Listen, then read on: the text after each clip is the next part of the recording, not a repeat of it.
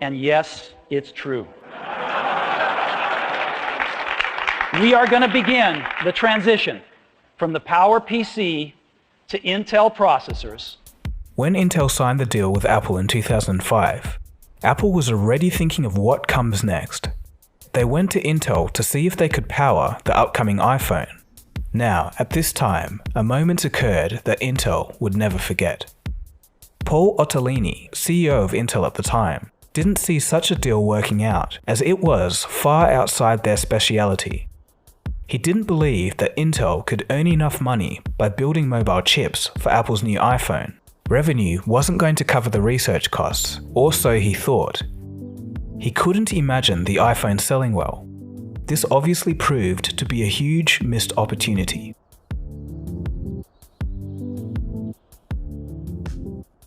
The iPhone launched in 2007 using a simple instruction ARM CPU. If Intel's CEO, Paul Otellini, had made the deal happen, they would have had a massive stake in the iPhone business. But unfortunately for Intel, Apple was moving on without them. In 2008, Apple would sign an architecture license with ARM. This was so they could design their own chips from the ground up. They would also buy PA Semi, a company whose founder previously specialized in high-performance ARM chip development. This was a key strategic acquisition for Apple. It gave them the expertise and potential to design some of the best ARM chips, and it put them on the road to disrupt Intel and their x86 processors. In 2012, Apple releases their first fully custom designed CPU. It would be codenamed Swift and was used in the iPhone 5. This was in contrast to using off-the-shelf designs from ARM, as it had previously done. This new Apple-built chip was 2 times as fast as the previous chip. Even for being a first-generation chip, it had impressive performance when compared to the mobile competition, but it wasn't head-turning. The real shock to the industry came the next year in 2013 with the Apple A7 in the iPhone 5S. Apple's early adoption of a 64-bit architecture stunned everybody. They even beat ARM's own CPU teams by more than a year. ARM's own 64-bit design wouldn't be seen until late 2014 in the form of the Galaxy S4. Apple famously called their 2013 chip design, quote, desktop-class architecture. Most people thought it was just Apple bragging, but this wording actually was a hidden clue as to where the company was heading. As you'll soon see, their latest custom chip does actually hold up with desktop PCs. By 2014, there were 50 billion ARM chips in the world. All the while, Apple kept selling a bunch of iPhones and making a heap of money. And do you know what all of this revenue can buy? A ton of R&D. The chips inside of the iPhone kept evolving and improving, getting faster while using less power. By the end of 2018, with Apple's A12 chip, it was looking like Apple was catching up to Intel. In this chart, the grey dots are Apple and the blue squares are Intel. In the past 5 years, Intel managed to increase their flagship performance by about 28%. In the same time, Apple managed to improve their designs by 300%. And this is where things start getting very strange. The Intel chip at the top of this chart, the Core i9-10900K, is a desktop chip that uses 125 watts of power. It's the kind that you have to plug into a wall. Meanwhile, Apple's A14 chip in the iPhone 12, the one in the top right-hand corner that performs better than the chip I just mentioned, uses 5 watts and is powered by a phone battery. YouTuber Jonathan Morrison does a test of exporting a heavy-duty video file on a desktop versus an iPhone 12. Check this out. This is a fairly capable machine. It's got 10 cores, got a beefy GPU, and what I have here is Sony FX9 HDR 10-bit footage. We're gonna start that. I'm gonna throw this open. We're gonna see a couple things, right? We're gonna see the CPU cores just spike up, and you should start hearing the fans. Now, in the meantime, while this thing is chugging along, I have the iPhone 12 mini, little guy. Keep in mind, this thing is still slowly chugging along. I'm gonna open up iMovie, create a movie. The first thing you notice is just the scrubbing in the playback, right? So this is a fanless, teeny tiny iPhone 12. And just butter. So what I'm gonna do is take that, export, make sure we're in 4K, on 20% battery, HDR. Keep in mind, this thing's still going. It's got a nice little head start, right?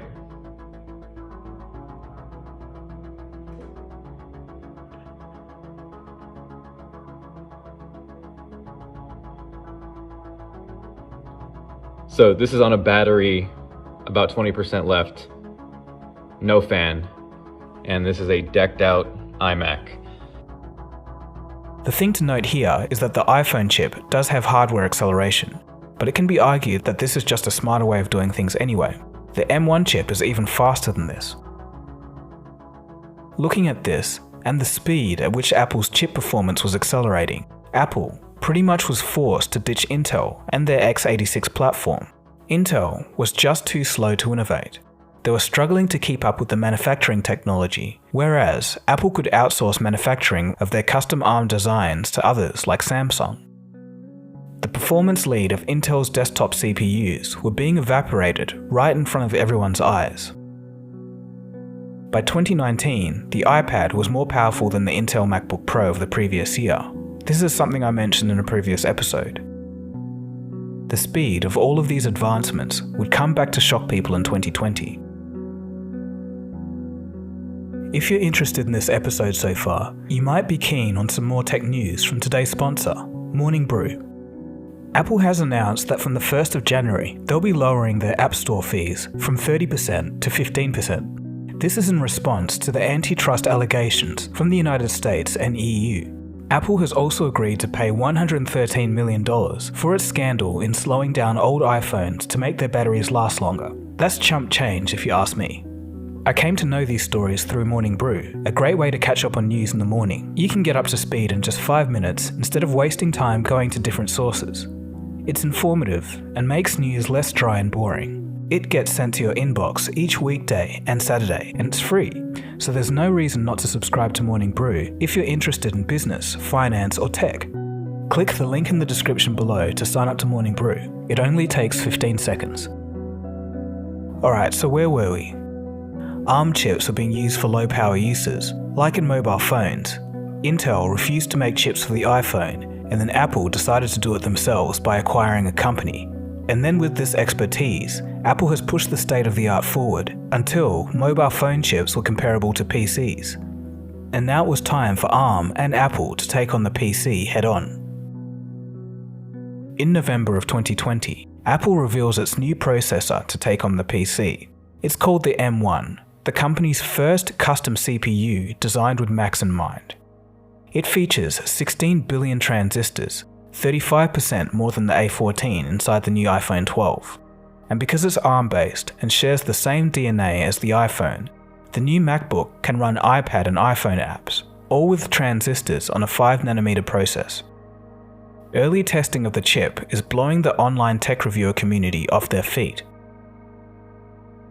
Proceeded to annihilate the other tests, posting 1744 on single core, which is faster than every Intel Mac ever made. Now, Vadim really wants to jump in front of the camera and give his opinion. All right, so I have a 2018 base 15-inch MacBook Pro. I tried playing League of Legends. It's not smooth, it's glitchy, you get drop frames, and I'm just blown away that we're getting native resolution, everything maxed out, getting around 60 FPS. And you have a dedicated graphics card in that Yes, it laptop. has a dedicated chip, and this is under Rosetta. Not even optimized. It's not even optimized for Apple Silicon.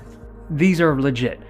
This is super fast, to the point where I had a friend, he actually makes an app, a pretty well-known app. He uses a Hackintosh 3950X, 16-core, really decked out system specifically for development, right? This is his build time. Somehow, these M1 devices are keeping up. One of them being fanless. It's pretty crazy. And this was the moment, like when I got the numbers back, I was like, this is real. Apple Silicon is real. If Apple as a company is to continue on their current performance trajectory, it's going to be insane to see. Here's a quote from AnandaTech. Quote, Apple claims the M1 to be the fastest CPU in the world. Given our data on the older A14 beating all of Intel's designs, and just falling short of AMD's newest Zen 3 chips, we can certainly believe that Apple and the M1 will be able to achieve that claim. AMD has shown lots of progress lately. However, it'll be incredibly hard to catch up with Apple's power efficiency. If Apple's performance trajectory continues at this pace, the x86 performance crown might never be regained." End quote. When you're aware of the wider applications of ARM in the real world, it was only a matter of time. The fastest supercomputer in the world, the Japanese Fugaku, is 3 times faster than IBM's, and it uses ARM architecture. Though this is the clincher, needing a more powerful computer isn't relevant to everyone, but having more efficiency and less power consumption is, and it's something that everyone can notice.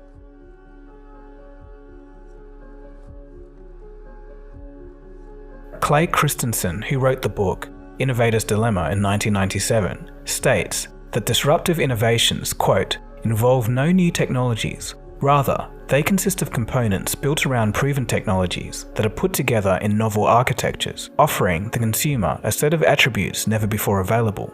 And he goes on, "They are, quote, initially used only by the unsophisticated consumers at the low end of markets." So, ARM chips have existed since the 1980s. But in the current day, they've traditionally only been used for lower end items, like smartphones for example. Though putting ARM chips in a laptop has existed for a long time, Windows has done this for years. But having an ARM chip that is so powerful that it can reach the top end of the consumer computer market is new. Christensen, who wrote this quote, shows a chart of disruptive technologies 25 years ago. Look carefully at this. What does it look like? Steve Jobs even had something to say about this.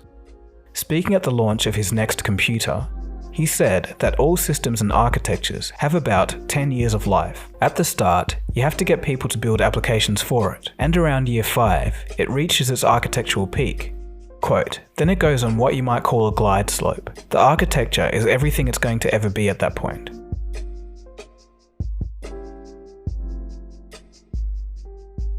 So what about program compatibility? Well, according to earlier reviews, the CPU is so powerful that it has similar or better performance running apps that weren't even designed for it. According to The Verge, it's so good that they couldn't even tell if the apps running were coded for ARM or not. So, in conclusion, despite no upgradable RAM, a hefty upgrade price, and no external GPU support, the big story here is the chip architecture and nothing else. It's proving that ARM can have an inherent advantage in the laptop and desktop space. This moment was decades in the making, and I feel honoured to have been around to witness it. Things are going to get super interesting from here on out, and I can only hope that competition arises from this moment. This is so us as consumers can win. Though it's strange how there are those out there who get upset over this. Can't we just enjoy the progress that's being made instead of ridiculing each other over our technology preferences? I'm just happy that the technology is moving and competition may come from it. This performance increase is the biggest gap that we've seen in many years, and I think it's awesome. And that's the end of the story. So thanks for watching. Are you guys excited for future laptops that have extremely long battery life and have the CPU power of desktops? These kinds of machines could be less expensive and do wonders for students and professionals alike.